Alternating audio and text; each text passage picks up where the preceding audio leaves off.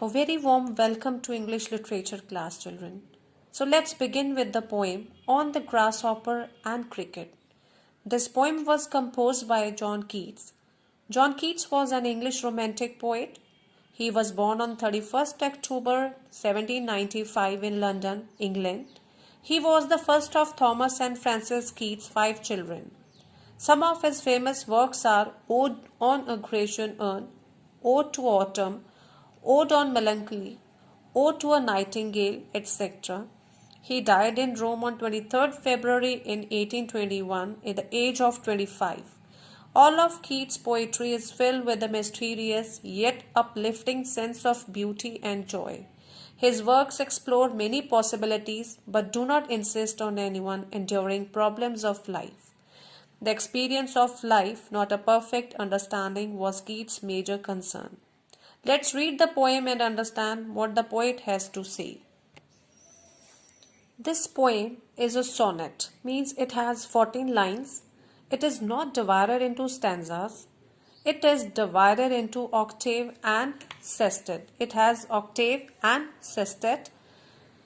Children, the first part of the poem, the octave, it celebrates the earth in all its forms, and the sestet, it begins with the earlier declaration that the poet of earth is forever, it is never ending.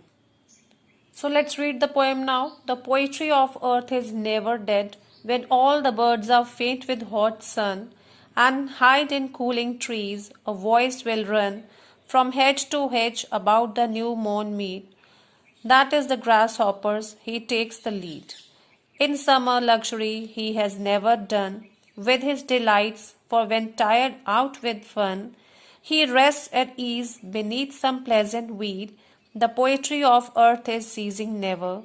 On a lone winter evening, when the frost has wrought a silence from the stove there shrills the cricket's song in warmth increasing ever, and seems to one in drowsiness half lost, the grasshoppers among some grassy hills. So, children, in this poem, the poet expresses the beauty of nature. He says that the music of earth is always alive, which we come to know here. The poetry of earth is never dead. It means the music of earth is always alive. During the summer, all birds get tired due to the heat of sun and take shelter under the shadow of trees. It is then that they stop singing the songs. The poet says, even then the song of nature can be heard. At that time, the grasshoppers sing songs, flying from garden to garden. It is here written, he keeps flying from hedge to hedge. It is freshly hedged is a bush, and here it is a new mown mead, which means freshly cut grass. So it keeps moving from hedge to hedge. He leads the way and sings the everlasting song of nature.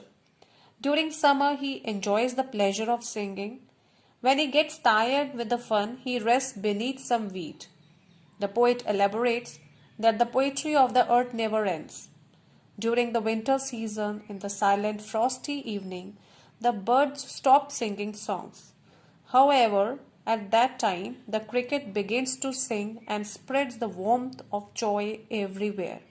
The people who are half asleep feel that it is the grasshopper song which is coming from the grassy hills. Through this poem, the poet sends the message that the nature is beautiful all the time, irrespective of the season. So, in a similar way, we should be joyful in our life and be happy in all situations, whether the conditions are in our favor or against us. Thank you.